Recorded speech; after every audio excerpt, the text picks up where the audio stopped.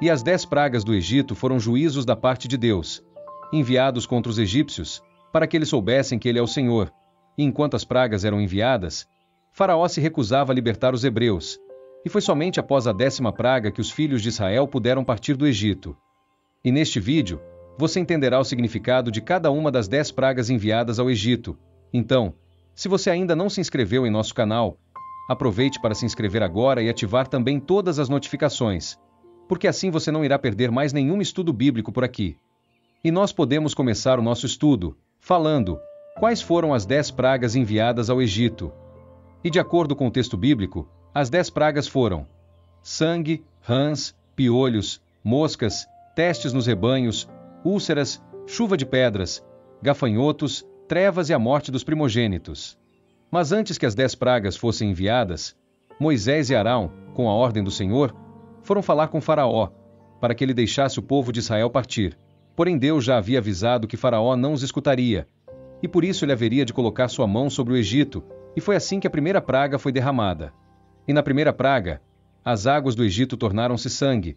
Aqui é importante saber que o rio Nilo não foi o único afetado por essa primeira praga. Todos os canais, lagoas e reservatórios de água que haviam no Egito também foram atingidos pela praga.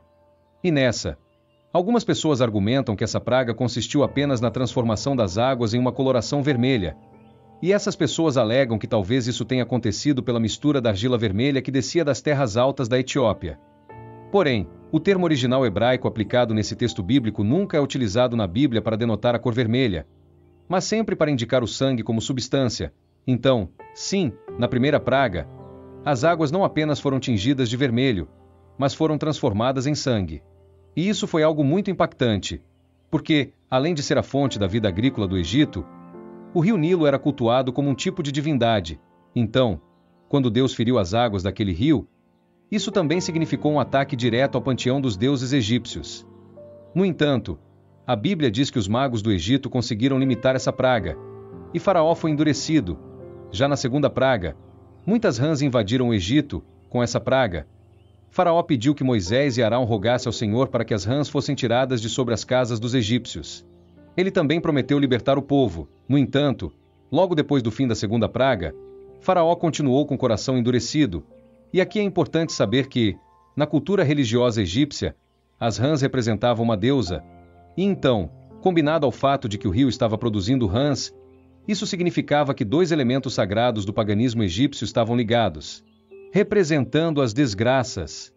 Mas, mesmo assim, os magos do Egito também conseguiram limitar a segunda praga. Na sequência, a Bíblia mostra que, na terceira praga, o pó da terra foi transformado em uma epidemia de piolhos, que infestou o Egito. E dessa vez, os magos egípcios até tentaram imitar essa praga, porém não conseguiram, e eles tiveram de admitir que, realmente, o que estava acontecendo ali era uma verdadeira intervenção divina. Mas, apesar disso, Faraó continuou endurecido, assim como o Senhor havia falado.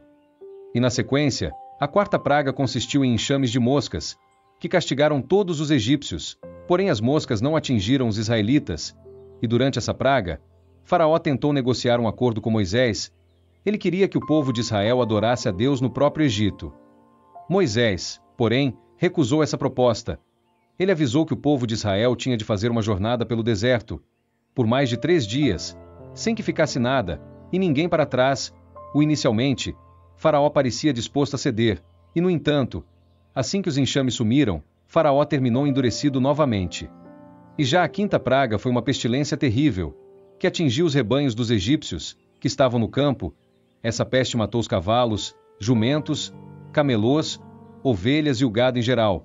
E para a execução dessa praga, Deus designou um tempo específico, a saber, o dia seguinte. E assim como ocorreu na quarta praga, os rebanhos dos israelitas não foram atingidos. E esse fato fez com que Faraó investigasse o caso, porém seu coração se endureceu ainda mais. E então veio a sexta praga, quando Deus ordenou que Moisés e Arão apanhassem em suas mãos um punhado de cinzas de fogo, e atirasse para o céu, na presença de Faraó. E quando fizeram isso, todos os homens e animais do Egito foram castigados com úlceras, inclusive os magos, que no começo das 10 pragas tentaram imitá-las. E mesmo diante de todo esse sofrimento, Deus endureceu o coração de Faraó, e ele não deixou o povo partir.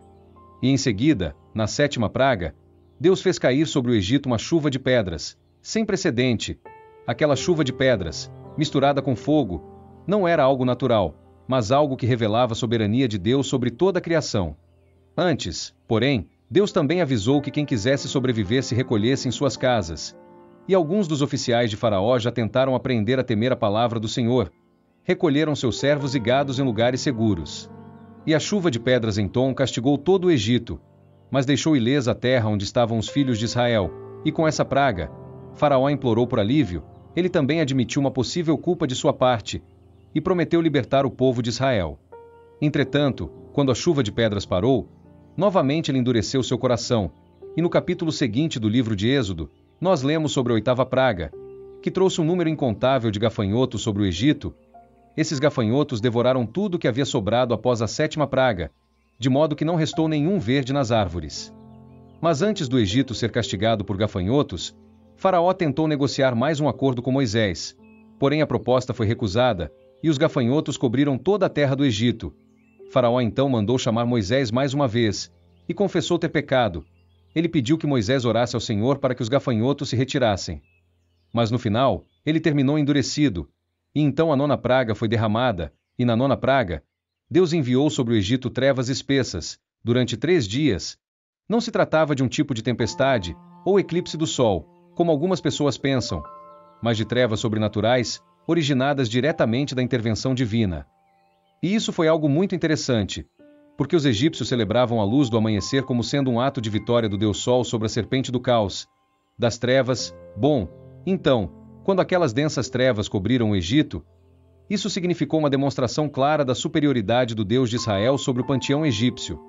Contrapartida, os israelitas eram os únicos que possuíam um blusão de habitável. E mais uma vez Faraó tentou negociar com Moisés uma liberação do povo de Israel para ir ao deserto adorar ao Senhor. Mas como das outras vezes, ele terminou endurecido ao ponto de ordenar que Moisés saísse de sua presença sob ameaça de matá-lo caso voltasse a vê-lo. Bom, e todos esses acontecimentos prepararam um cenário para a 10ª praga. A 10ª praga foi o ato conclusivo do juízo divino sobre o Egito. Naquela ocasião, todos os primogênitos do Egito, dos homens aos animais, foram mortos, quando o Senhor os feriu. Porém, antes disso, Deus deu instruções específicas a Moisés sobre como os israelitas deveriam proceder. E essa ocasião resultou na celebração da primeira Páscoa.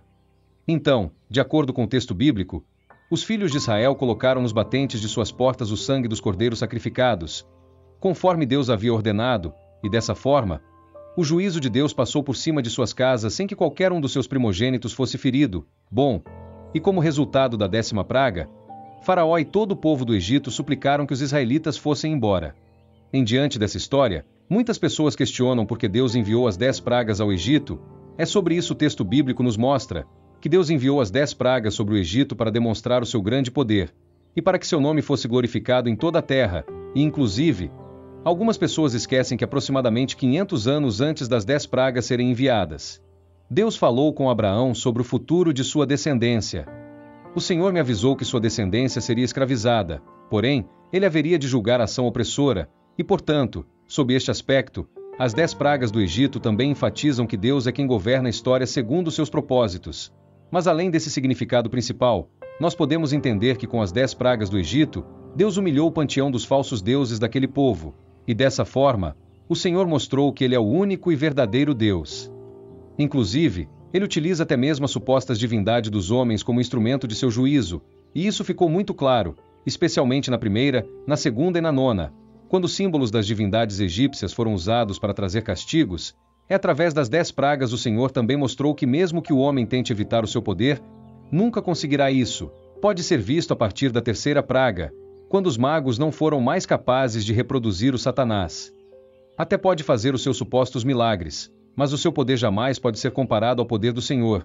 Com as 10 pragas também mostrou que ele tem um cuidado pessoal para com aqueles a quem ele escolhe, e principalmente a partir da 4ª praga. Podemos perceber a ênfase que é dada à condição imune dos israelitas frente aos castigos divinos. E as 10 pragas também mostraram que Deus é quem controla toda a natureza, e ele transformou piolhos, controlou enxames de moscas, gafanhotos, derramar chuva de pedras, e também fez com que densas trevas cobrissem o Egito. No derramamento das 10 pragas, Deus também mostrou que ele é o Senhor sobre todas as doenças, ele fez com que úlceras castigassem os egípcios, e uma pestilência dizimasse seus rebanhos. Nós 10 pragas. Ainda há uma revelação muito clara de que Deus é quem dá ao homem o mantimento. Sim, o Deus que havia dado abundância de mantimento ao Egito no tempo de José, também mostrou que sem sua misericórdia, o homem não pode nem mesmo se sustentar, e os falsos deuses dos egípcios não puderam livrar seus rebanhos e suas plantações, quando Deus derramou seu juízo sobre eles. E por fim, as 10 pragas sobre o Egito mostram que Deus é quem tem o controle sobre a vida e a morte. E essa verdade ficou clara, principalmente na 10ª praga, quando todos os primogênitos egípcios foram mortos, e os primogênitos hebreus foram poupados. E com isso, todas as 10 pragas mostraram não apenas aos egípcios, mas aos próprios israelitas, quem é o Deus Todo-Poderoso.